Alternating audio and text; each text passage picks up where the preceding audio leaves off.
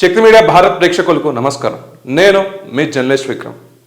రాజకీయం అంటే policies to policies చేయాలి, అధికారంలో ఉన్నప్పుడు ప్రజల్ని న్యాయం చేయాలి, మీరైతే మేనిఫెస్టో ఏదైతే ఇచ్చారో అది అమలు చేయాలి, ప్రజల్ని హింసించొద్దు, ప్రజల్ని నియంత లెక్క పాలించొద్దు అని చెప్పడానికి ఇవాళ వెస్ట్ బెంగాల్ రిజల్ట్స్ అనేది ఒక ఎగ్జాంపుల్.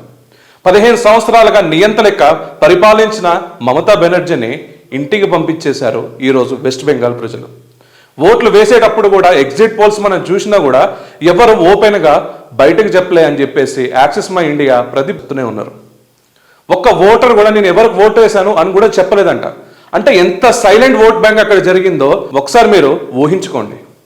ఎందుకంటే అక్కడ నియంత లెక్క ఒక ప్రెస్ అనేది తెలియదు, లేకపోతే మారువేషాల్లో వచ్చి ఆ టీఎంసీ గూండాలు ఎవరైనా వచ్చి ఇలా అడుగుతున్నారేమో అని చెప్పేసి ప్రజలు ఎంత భయభ్రాంతులకు చెందారో ఒకసారి ఆలోచించండి.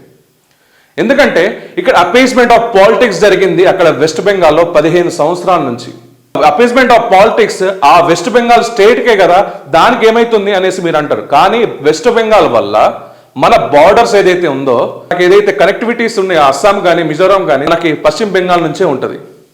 అయితే దీన్ని చైనా టార్గెట్ చేసింది, అక్కడ ఉన్న బంగ్లాదేశ్ టార్గెట్ చేశారు. అంతెందుకు ఫ్రెండ్స్, మన ఎగ్జిట్ పోల్ సర్వే రాగానే పాకిస్తాన్లో ఉన్న ఒక మంత్రి మాట్లాడుతాడు, మీరు నెక్స్ట్ టార్గెట్ కోల్కతానే చేశాడు. ఎందుకంత వణుకు పుడుతుంది వీళ్ళకి ఒక్కసారి ఆలోచించారా? ఎందుకంటే పశ్చిమ బెంగాల్ నుంచి ఇల్లీగల్ ఇమిగ్రెంట్స్ ఎవరైతే ఉన్నారో బంగ్లాదేశ్ వాళ్ళు స్వేచ్ఛగా ఇక్కడ వచ్చారు. వారికి ఓటర్ ఐడి ఇచ్చి ఆధార్ కార్డులు సృష్టించుకొని ఇక్కడ లాస్ట్ 10 ఇయర్స్ నుంచి లాస్ట్ 15 ఇయర్స్ నుంచి అక్కడ పెంచి పోషించింది మమతా బెనర్జీ. వారి రాజకీయం ఎలా ఉందంటే ఇక్కడ హిందూ అనేటోడు సెకండ్ గ్రేడ్ సిటిజన్ లెక్క బతికిండే మన హిందూ భూమిలో. ఈ హిందుస్థాన్లో పశ్చిమ బెంగాల్లో వచ్చరికి హిందువులు భయభ్రాంతులై బతికిండ్రు. దుర్గా పూజలకి నోచుకోలేదు అక్కడ. జై శ్రీరామ్ అంటే లాఠీ చార్జులు. అండ్ ఇంకొకటి చెప్పాలంటే మనం ఆ రేప్ అండ్ మర్డర్ కేసులో కూడా దాన్ని ఎలా తప్పుదోవ పట్టించారో కూడా మనం చూసాం. సార్ ఎలక్షన్ కమిషన్ అక్కడ రాగానే ఎంత మంది ఓట్లు అక్కడ నుంచి తొలగింపబడ్డాయో మనం చూసాం. మన నేషన్ కానోలేదు. ఇక్కడ appeasement of politics and vote bank colloid అయినా కూడా ఇక్కడ భారతీయ జనతా పార్టీ తన సత్తా చాటింది. ఎలా సత్తా చాటిందంటే మిత్రులారా, గ్రౌండ్ లెవెల్ నుంచి క్యాంపెయిన్ స్టార్ట్ చేసుకుంటూ పోతే అక్కడ హిందువులకి భరోసాగా ఉంటూ ప్రతి దాంట్లో వాళ్ళ వాయిస్ వినిపించుకుంటూ సోషల్ మీడియానే కానీ మెయిన్ స్ట్రీమ్ మీడియానే కానీ అక్కడ గ్రౌండ్ లెవెల్ పోలింగ్ బూత్లోనే కానీ ఇక్కడ గ్రౌండ్ వర్క్ చాలా గట్టిగా జరిగింది. అండ్ మొన్న ఇక్కడ మహిళా బిల్లుని కూడా కాంగ్రెస్ ఎజెండా ఏదైతే లెఫ్టిస్ట్ ఎజెండా ఏదైతే ఉందో ఇక్కడ డీలిమిటేషన్ జరగకుండా నెక్స్ట్ ఇక్కడ గవర్నమెంట్ని ఫాల్ చేద్దామని వీలైతే వ్యూహాలు పంపుతున్నారో అక్కడ మహిళా బిల్లుని కూడా వాళ్ళు వ్యతిరేకించారు. ఇదే మహిళా బిల్లుని 2023లో వీళ్ళు స్వాగతించారు. కానీ దాంట్లో క్లారిటీ ఉంది, డీలిమిటేషన్ అనేది కూడా జరిగినప్పుడే ఇక్కడ మహిళలకి సీట్లు పెంచవచ్చు అని చెప్పేసి వారు క్లారిటీగా మెన్షన్ చేసినప్పుడు ఆ రోజు యాక్సెప్ట్ చేశారు. మళ్ళీ అదే బిల్ని ఇప్పుడు తీసుకొస్తే వీళ్ళు యాక్సెప్ట్ చేయలే. ఒక మహిళా ముఖ్యమంత్రి అయి ఉండి తను ఆ మహిళా బిల్లుని యాక్సెప్ట్ చేయకుండా వాళ్ళ ఎంపీలని ప్రొవోకేట్ చేసింది ఆ రోజు. అందుకు బిల్లు వీగిపోయింది. అది ఆ బిల్లు వీగిపోవడంతో అక్కడ వెస్ట్ బెంగాల్లో ఉన్న మహిళలు చైతన్యమై మహిళ బిల్లుని కూడా వ్యతిరేకించింది. ఈమె మాకు దీది ఎందుకు అవుతుంది, ఈమె మాకు దాయనవుతుంది అని చెప్పేసి ఇక్కడ మమతా బెనర్జీని క్లీన్ స్వీప్గా వారి ఇంటికి పంపించడం జరిగింది. ఇక్కడ మళ్ళీ అక్కడ వెస్ట్ బెంగాల్లో దీనికి సరిపోదంటూ అక్కడికి వెళ్ళి పోలింగ్ కేంద్రానికి వెళ్ళి మహానటి లెక్క నటిస్తుంది ఈ మమతా బెనర్జీ. ఈ అపీస్మెంట్ ఆఫ్ పాలిటిక్స్ ప్రజల చేతుల్లో ఎప్పుడైనా ఆగ్రహం గురైతే ఈ అపీస్మెంట్ ఆఫ్ పాలిటిక్స్ని కూడా అతాపాతాలని తొక్కేస్తారు మిత్రులారా. ఇప్పుడు వెస్ట్ బెంగాల్ అప్డేట్ అయిపోయింది. అక్కడ వెస్ట్ బెంగాల్ ఈజ్ అప్డేటెడ్, అక్కడ సురక్షితం. ఈ పెద్దయిన చేతులు అది సురక్షితం ఇప్పుడు.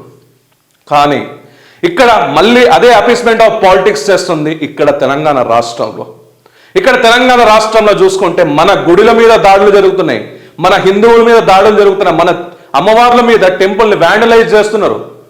ఇక్కడ రేవంత్ రెడ్డి ఆ సేమ్ ఇక్కడ దాయన్ లెక్కనే మొనార్కిజం చూపిస్తున్నాడు ఇక్కడ తెలంగాణ రాష్ట్రంలో. ఇదే తెలంగాణ రాష్ట్రంలో ఇలానే కంటిన్యూ అయితే ఈ అపీస్మెంట్ ఆఫ్ పాలిటిక్స్ ఇక్కడ ప్రజలు ఎట్లయితే మమతా బెనర్జీ అతాపాతాలను తొక్కారో మిమ్మల్ని కూడా అతాపాతాలను తొక్కే రోజులో దగ్గరలో ఉన్న రేవంత్ రెడ్డి.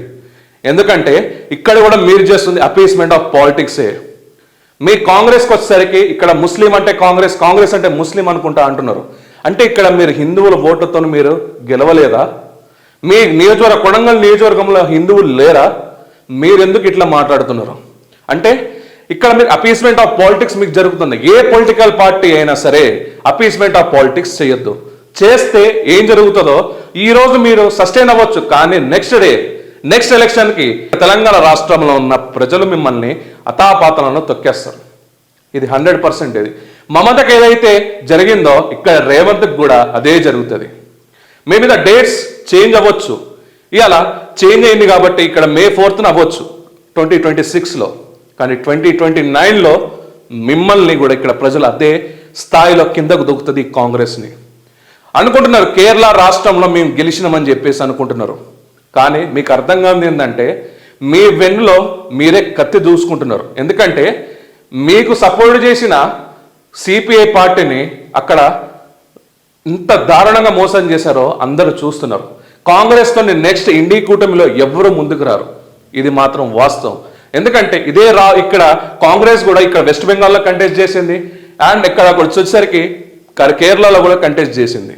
కానీ ఇక్కడ కేరళలో సిపిఐకి అక్కడ పినరాయి విజయన్ని దారుణంగా మోసం చేసింది కాంగ్రెస్. అవునా కదా ఫ్రెండ్స్? వీళ్ళ ఫ్రెండ్షిప్లో ఇంకా అంత జూడేపానే ఉంటుంది తప్ప ఈ ఫ్రెండ్షిప్లో ఏమి న్యాయం ఉండదని చెప్పేసి ఇండైరెక్ట్గా చెప్తుంది. ఇది కాంగ్రెస్ హీన చరిత్రలో ఒక పేజ్ మాత్రమే. వీళ్ళ హీన చరిత్రలు చెప్పుకుంటూ పోతుంటే ఒక 12 వీడియోలు చేయొచ్చు ఈ కాంగ్రెస్ హీన చరిత్ర గురించి చెప్పుకోవాలనుకుంటే. 12 వీడియోలు కాదు, 12 వెబ్ సిరీస్లు పేర్లు చేంజ్ చేసుకుంటూ ఒక సంవత్సరం అంతా చేయొచ్చు మనం. సో ఇప్పుడు మీకు అర్థమై ఉంటుంది ఫ్రెండ్స్, ఇక్కడ వెస్ట్ బెంగాల్ రాజకీయం ఎలా జరిగిందో ఇక్కడ తెలంగాణ రాజకీయం సేమ్ రెప్లికాగా ఇక్కడ జరుగుతుంది. సో నేను ఒకటే చెప్తున్నా, Bengal is updated with BJP and now Telangana BJP is loading. ఇక్కడ భారతీయ జనతా పార్టీ సర్కార్ రాబోతుంది అని చెప్పడానికి క్లియర్గా ఇక్కడ అందరికి అర్థమవుతుంది. ఎందుకంటే May 4 ఇక్కడ రిజల్ట్ వచ్చింది, అక్కడ సీఎం ఇవన్నీ కొన్ని డేట్స్ తర్వాత May 10వ ఇక్కడ సభ పెట్టబోతున్నారు నరేంద్ర మోడీ గారు. అంటే వారి క్లారిటీగా వారికి ఒక వ్యూహం ఉంది. తెలంగాణ రాష్ట్రంలో భారతీయ జనతా పార్టీ రావడానికి ఇక్కడ ఆల్రెడీ బెంగాల్లో శంకారావం చేస్తే ఇక్కడ ఇంప్లిమెంట్ చేయబోయేది May 10న. ఈ May 10th తర్వాత నుంచి ఈ కాంగ్రెస్ పార్టీని భూస్థాపితం చేయడానికి ముహూర్తం ఫిక్స్ చేశారు May 10న. May 10న ఇక్కడ భారతీయ జనతా పార్టీ నుంచి ఇంకా అగ్రెసివ్ మూవ్మెంట్స్ ఉంటాయని చెప్పేసి ఇక్కడ ఇండైరెక్ట్ గానే చెప్తుంది భారతీయ జనతా పార్టీ. సో అక్కడ May 4th ఎలక్షన్స్ అయిపోయింది, రిజల్ట్ వచ్చేసింది. ఇక్కడ May 10th తెలంగాణ రాష్ట్రంలో మీటింగ్ పెట్టబోతున్నారు. అంటే west Bengal is updated, now focus on Telangana. మీరేమంటారు ఫ్రెండ్స్? కమెంట్స్ రూపంలో చెప్పండి. ఈ విషయంలో మీకు ఏమైనా డౌట్స్ ఉన్నాయా? వెస్ట్ బెంగాల్లో నిజంగా హిందువులకి జై శ్రీరామ్ అన్న లాఠీ చార్జ్ జరిగింది, ఇక్కడ జై శ్రీరామ్ అన్న లాఠీ చార్జ్ జరుగుతుంది. అక్కడ మన దేవతల్ని ముఖ్యకుండా మన రథయాత్రలు చేయకుండా అడ్డుకున్నారు. ఇక్కడ మన టెంపుల్లో వచ్చేసరికి వ్యాండలైజ్ చేస్తున్నారు. మన పండగల మీద మన దేవుల మీద జోకులు క్రాక్ చేస్తున్నాడు ఇక్కడ రేవంత్ రెడ్డి. ఇది మీకు అర్థమవుతుందా? సో హిందూ అనేది జాగృతి అయితే ఎలా ఉంటుందో అక్కడ బెంగాల్లో దీనికి చెప్పారు, ఇక్కడ రేవంత్ అన్నకు కూడా చెప్పాలనేసి కోరుకుంటున్నాను. సో మీరేమంటారో కమెంట్స్ రూపంలో చెప్పండి. ఈ వీడియో కానీ మీకు నచ్చినట్టయితే friends like, share and comment చేయాల్సిందిగా కోరుకుంటున్నా, మరియు మన ఛానల్ని సబ్స్క్రైబ్ చేయాల్సిందిగా కోరుకుంటున్నా. జై హింద్, జై భారత్.